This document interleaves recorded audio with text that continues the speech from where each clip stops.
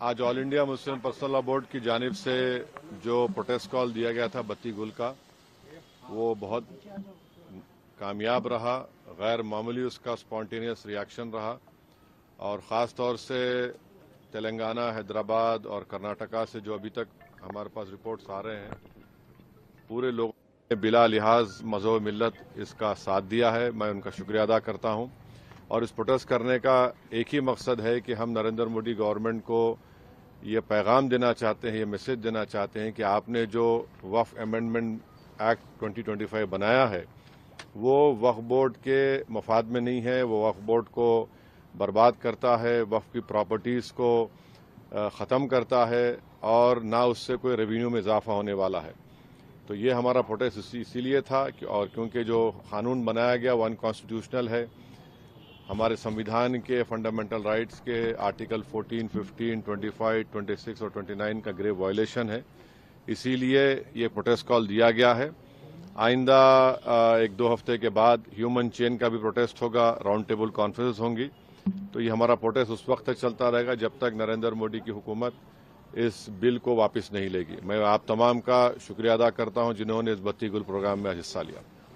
जिस तरह का ये बत्ती गुल कार्यक्रम या प्रोग्राम की जब बात करते हैं तो आपको क्या लगता है कि इस तरह के प्रोग्राम से क्या संदेश या क्या असर हो सकता है? नहीं, ये देखिए, ये स्पॉन्टेनियसली जनता ने 15 मिनट के लिए अपने घर की लाइट को बंद किया, अपने कमर्शियल एस्टेब्लिशमेंट्स की लाइट को बंद किया और एक मैसेज हम देना चाह रहे हैं प्रधानमंत्री नरेंद्र मोदी को कि आपने जो कानून बनाया वो अनकॉन्स्टिट्यूशनल है, वो ब्लैक लॉ है, वो वक्फ प्रॉपर्टीज को बचाने के लिए नहीं, वक्फ प्रॉपर्टीज को बर्बाद करने के लिए। और एक ऐसा एक्ट आपने बनाया जो भारत के मुसलमानों की मस्जिदों को, कब्रस्तानों को, वक्फ की प्रॉपर्टीज को उनसे छीनने का एक एक्ट बनाया आपने।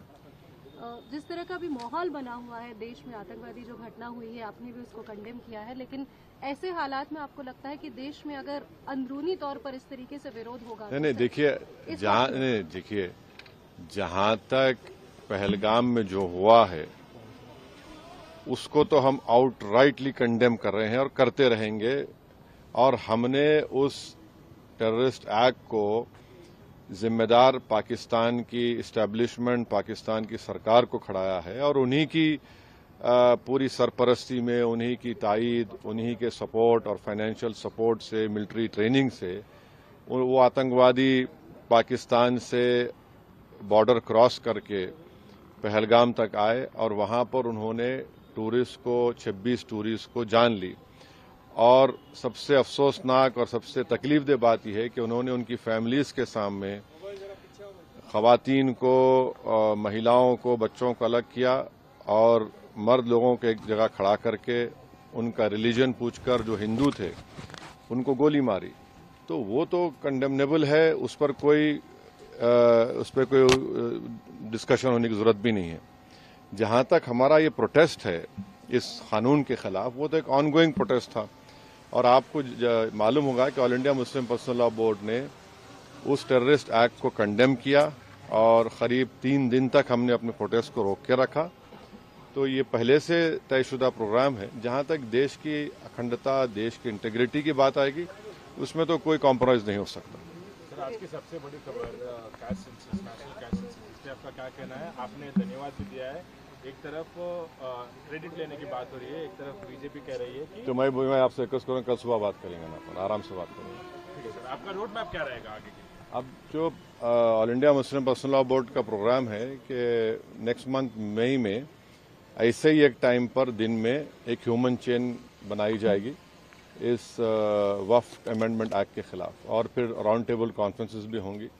तो बकरीद से पहले 6 जून तक ये प्रोटेस्ट प्रोग्राम चलेगा। बाद का program all India Muslim personal law board तय करेगी। कांग्रेस अपनी तरफ से जो है आंदोलन कर रही है, प्रोटेस्ट कर रही है, तो क्या एमआईएम क्या आंदोलन कर रही है? जैसे वो इंदिरा पार्क में भी एक प्रोटेस्ट करना चाह रहे थे और किस बारे में? इसी को लेकर।